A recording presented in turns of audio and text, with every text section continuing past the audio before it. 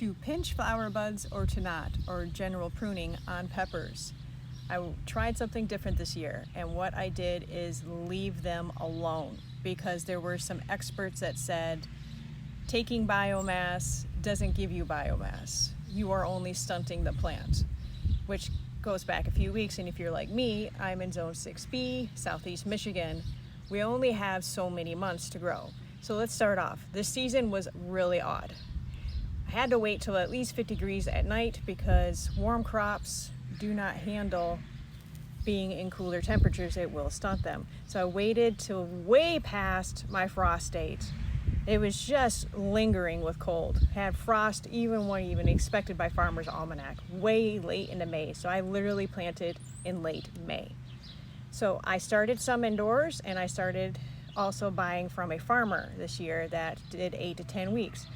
The plants that I did 12 weeks were just the same size as the farmer, so interesting in that. The plants that I started a month before that were big enough to go in the garden. They did well, but not pinching the buds. Let's look at my fruit.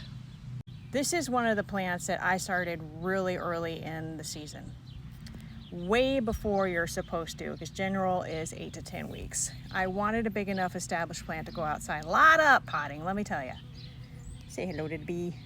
Distracted by bees easily. So the fruits are not very big. That is a habanero. They should be bigger.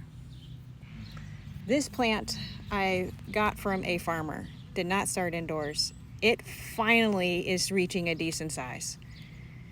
In the past, I would transplant, put really good nutrient in the soil so that it can have a jump start. I normally use a tomato tone. Allow it to grow up to a certain size, but pinch. So that way it would create more stems and leaves, so that way it can handle the fruit that are on it. So as you can see, it's finally getting here, and I'm in July. The other experiment that I did was doing a cover crop in the in-ground garden in Monroe. This tomato plant is of size with pruning and proper. Was not stunted, and I'm getting said fruit no problem.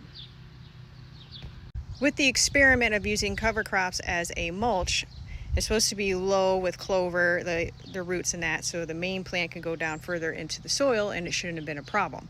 Well, I'm finding that the pepper plants that I did this in were actually stunted as well.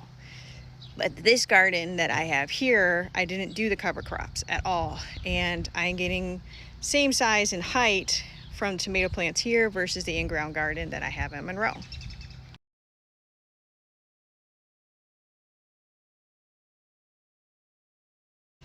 The pepper plants that are in Monroe garden are really short. So what I'm going to be doing, because I still have enough of a growing season, is I'm going to pull all of them out. So that way the peppers get adequate light and everything that they need. Even though throughout it I was cutting down the mulch from the living clover and all the things like that, because what the plants do is they release carbon into the soil so the microorganisms can feed them and they can still continue to take off. It's a cycle, so nearby plants actually get food from it. Well, unfortunately, it did not truly help the peppers, but it did with the tomatoes. So sometimes in gardening, you try things out, listen. Thankfully, I'm just getting into mid-July. I still have plenty of growing season. So what am I going to do? I'm going to harvest the small peppers that are on the plant to encourage more growth and more buds. And of course, I do feedings of the tomato tone after the initial transplant every 3 to 4 weeks. So I am getting close to being due. Thankfully, my first frost date of the season won't happen till October, around 17th. But I'm noticing that the seasons have been shifting, and maybe I'll get a little bit longer, let's hope.